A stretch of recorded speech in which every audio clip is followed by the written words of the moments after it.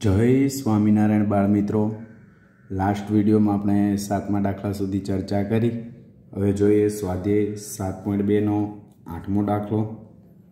जो ए अने बी अनुक्रमे -2 अने 2 - 4 होय, जेथी एपी बराबर 3/7 एबी थाय अने बिंदु पी रेखाखंड एबी पर आवेल होय तेवा बिंदु पी ना याम शोधो।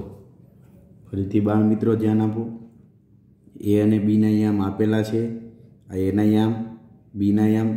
शरत छे कि एपी बराबर 3/7 एबी।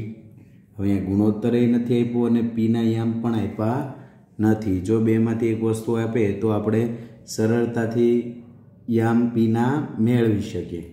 तो हवे अहींया शरत आपी छे एपी बराबर 3/7 एबी। तो जो ए -2 बराबर ए x1 y1, बी 2 - 4 बराबर बी x2 y2। तो हवे एपी बराबर 3/7 एबी छे। एपी बराबर 3/7 एबी। तो जो बाळ मित्रों आपने ख्याल छे एवी रीते कि आखू ए बी थशे। रेखाखंड आखो शुं थाय ए बी। आपणे रेखाखंड लईए कि ए बी अने वच्चे शुं होय कोई बिंदु पी। एक्जेक्ट वच्चे नहीं पण रेखाखंड एनी अंतःविभाजन एटले के अंदरना भागमां शुं होय बिंदु पी। तो जो ए बी बराबर शुं थाय एपी वत्ता पीबी। हवे ए बी बराबर 3/7 एबी, कारण एपी बराबर आप्युं छे रकममां 3/7 एबी। पीबी एमना एम ज। त्यार पछी आ छे ए डाबी बाजू जशे एटले माइनस थशे। तो एबी -3/7 एबी बराबर पीबी। तो हवे अहींया 7 वडे आने गुणवुं पड़े एटले 7 एबी। 7 वडे अहींया गुणाकार थशे। अहींया एबी छे, अहींया एबी छे, परंतु अहीं एक एबी छे, अहींया -3/7 एबी छे। लसा 7 लीधो तो आने 7 वडे शुं करवुं पड़े? गुणवुं पड़े। तो 7 एबी -3 एबी छेदमां 7। आ 7 एबी -3 एबी छेदमां 7 बराबर पीबी। 7 मांथी 3 जाए एटले 4 एबी छेदमां 7 बराबर शुं थशे? पीबी। तो पीबी बराबर 4/7 एबी। पीबी मळी गयुं। एपी आपणे जाणीए छीए। तो गुणोत्तर लखीए एपी ना छेदमां पीबी बराबर एपी एटले आपेलुं छे 3/7 एबी अने पीबी 4/7 एबी आपणे मेळव्युं। तो अहींया 7 अंशनो छेद अने छेदनो छेद ए बे शुं थाय? उडी जाय। 7 एबी उडे, वध्युं 3/4। तो एपी जेम पीबी बराबर 3/4। एपी जेम पीबी बराबर 3/4 गुणोत्तर मळी गयो। हवे PXY ए बिंदुओ ए -2 अने बी 2 - 4 ने जोड़ता रेखाखंडनुं एपी जेम पीबी बराबर M1 जेम M2 बराबर 3/4 आ मेळव्युं। एपी जेम पीबी केटलुं मेळव्युं? 3/4। M1 जेम M2 बराबर 3/4 गुणोत्तरमां विभाजन करे छे। तो आ सूत्र तो तमे जाणो छो बाळ मित्रों। PXY बराबर M1x2 + M2x1 छेदमां M1 + M2, M1y2 + M2y1 छेदमां M1 + M2। तो PXY बराबर M1 एटले 3, M2 एटले 4। तो 3 4 3 + 4 3 4 3 + 4 अहींया काउंसमां x2 अहींया x1। तो x2 एटले કેટલા થશે? 2 અને x1 એટલે -2। तो अहींया मूकी किंमत। y2 એટલે -4 અને y1 એટલે -2। तो ई शुं कर्युं आपणे बाळ मित्रों? किंमत मूकी दीधी। त्यार पछी हवे आगळ चर्चा करीए। तो 3 2 6 4 2 -8 भाग्या 4 ने 3 7 4 तरी 12 -12 4 2 -8 3 ने 4 7 8 मांथी 6 जाए एटले -2/7 12 ने 8 तो 20 सरखी निशानी एटले सरवाळो मोटी संख्यानी निशानी तो 20/7। તો અહીંયા જવાબ આવ્યો -2/7 એક્સએમ ને વાયએમ મળ્યો -20/7. તો આપણે ગુણોત્તર મેળવવો તો ગુણોત્તર પહેલાં શું 3/4 મળ્યો. ત્યાર પછી આપણને વિભાજન બિંદુના યામ પૂછ્યા હતા તો pxy મેળવવું આપણે -2/7 અલ્પવિરામ -20/7. નવમો દાખલો જોઈએ બાળ મિત્રો. a -2 અને b 2 ને જોડતા રેખાખંડનું 4 સમાન ભાગમાં વિભાજન કરતા બિંદુઓના યામ શોધો. 4 સમાન ભાગમાં. આગળ આપણે 3 વાળું જોઈ ગયા તો a -2 બરાબર એ x1 y1, b 2 એટલે x2 y2, આ x2 y2, x1 y1. 4 ભાગ કીધા એટલે આપણે અંદર 3 બિંદુ લેવો પડે. જો આ 1 ભાગ 2 3 અને 4 AP PQ QR અને RB એટલે 3 બિંદુ લીધા PQR. આગળ આપણે જોઈ ગયા હતા ત્રિભાગ હતું તો આપણે 2 બિંદુ લીધા હતા P ને Q. હવે 3 ભાગ છે તો જો બાળ મિત્રો સરળતાથી જોઈ શકો કે AB નું મધ્ય બિંદુ શું થશે Q, ત્યાર પછી AQ નું મધ્ય બિંદુ શું થશે P અને QB નું મધ્ય બિંદુ R.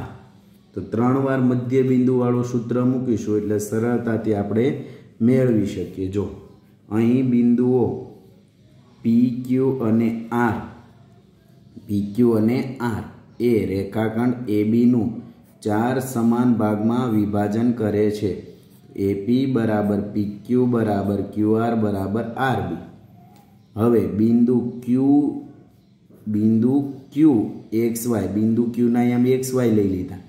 A ના યામ x1 y1, B ના યામ x2 y2, Q ના યામ xy, P ના યામ x3 y3, R ના યામ x4 y4. એ રીતે યામ લઈ લઈએ આપણે. તો Q XY એ A-2 અને B-8 ને જોડતા રેખાખંડનું મધ્ય બિંદુ છે. તો Q XY બરાબર બંનેના એક્સયામનો સરવાળો એટલે કે x1 વત્તા x2 છેદમાં 2, y1 વત્તા y2 છેદમાં 2. કિંમત મૂકીએ -2 વત્તા 2 છેદમાં 2, 2 વત્તા 8 છેદમાં 2, 2 માંથી 2 જાય એટલે 0/2, 8 ને 2 10/2, 0/2 એટલે 0, 10/2 એટલે 5. તો આપણને Q ના યામ બાળ મિત્રો મળી ગયા. શું મળ્યા તો કે 0, 5. હવે એવી જ રીતે બાળ મિત્રો હવે બિંદુ P x3 y3. હવે જો P કોનું મધ્ય બિંદુ થશે AQ નું. Q હતું એ AB નું મધ્ય બિંદુ હતું. P છે એ AQ નું મધ્ય બિંદુ અને R છે એ QB નું મધ્ય બિંદુ. તો જો હવે બિંદુ P x3 y3 એ x1 y1 અને Q XY ને જોડતા રેખાખંડનું મધ્ય બિંદુ છે. તો જો P x3 y3 બરાબર x x1 x plus x1 ભાગ્યા 2 y પ્લસ y1 ભાગ્યા 2 બંનેના એક્સયામનો સરવાળો ભાગ્યા 2 બંનેના વાયયામનો સરવાળો ભાગ્યા 2. કિંમત મૂકીએ x એટલે શું છે x એટલે 0, x1 એટલે તો કે x1 એટલે a નો x નો યામ શું છે -2. તો અહીં મૂકું બાળ મિત્રો કિંમત મૂકી દેવાની 0-2 છેદમાં 2. પછી અહીંયા 5 પ્લસ 2 5 અહીંયા એટલે y એટલે 5 અને y1 એટલે 2 આપેલા છે રકમમાં. 0 માંથી 2 જાય એટલે -2 છેદમાં 2, 5 ને 2 7/2. તો જો -2/2 એટલે 1 આવશે પણ કેવા -1 7/2 એમના એમ ત્યાં છેદ ઉડતો નથી. હવે આગળ જોઈએ બાળ મિત્રો R ના યામ મેળવીએ તો R x4 y4 R x4 y4 એ Q xy અને B x2 y2 ને જોડતા રેખાખંડનું મધ્ય બિંદુ છે. તો rx4y4 બરાબર x પ્લસ x2 છેદમાં 2 y પ્લસ y2 છેદમાં 2.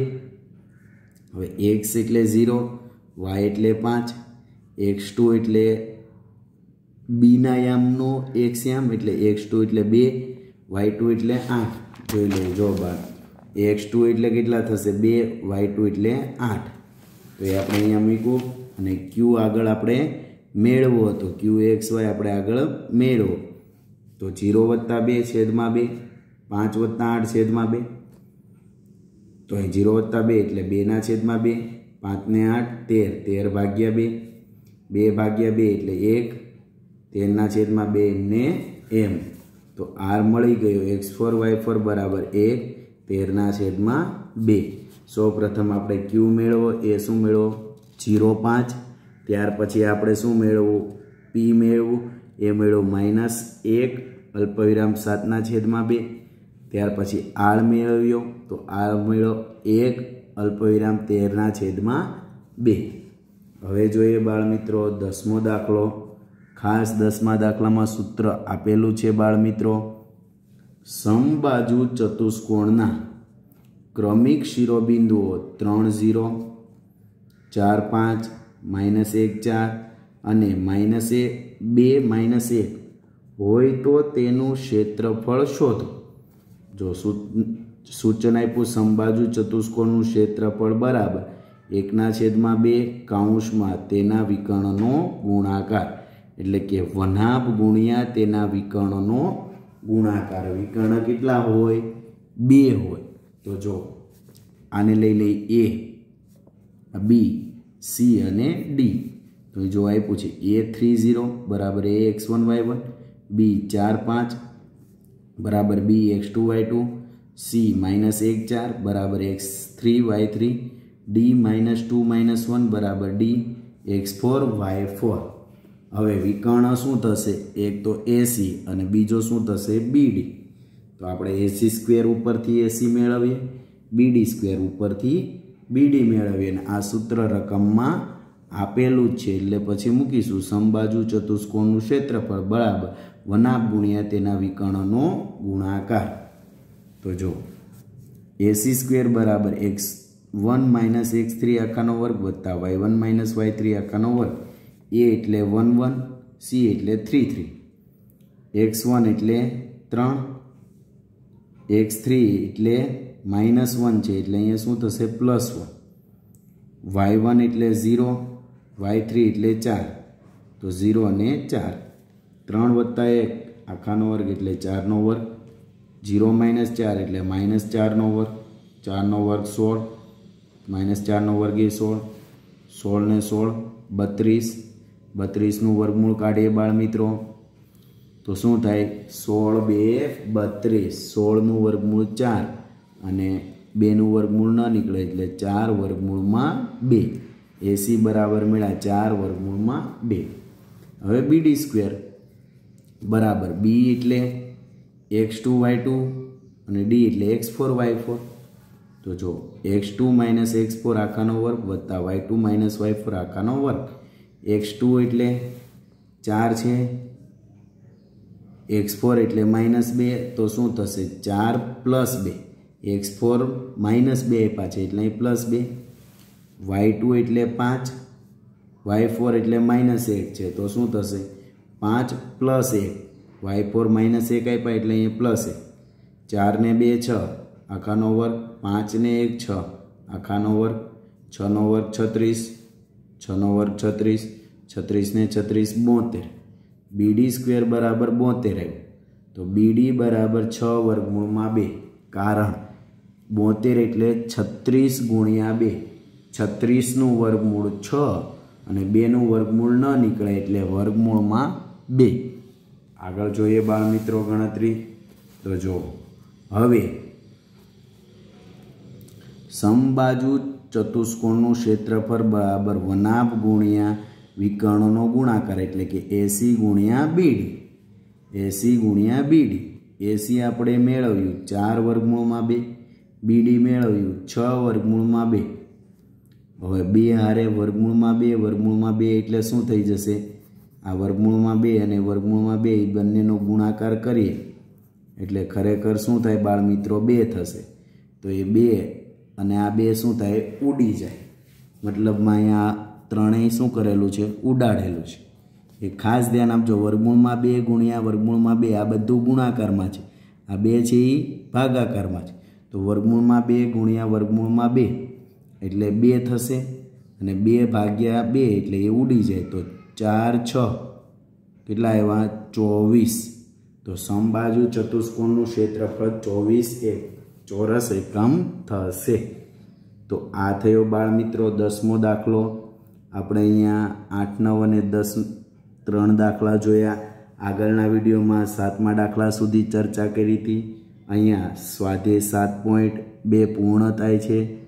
જો કોઈ બાળ મિત્રોને ખ્યાલ ન આવ્યો હોય તો ચોક્કસ મારો સંપર્ક કરજો।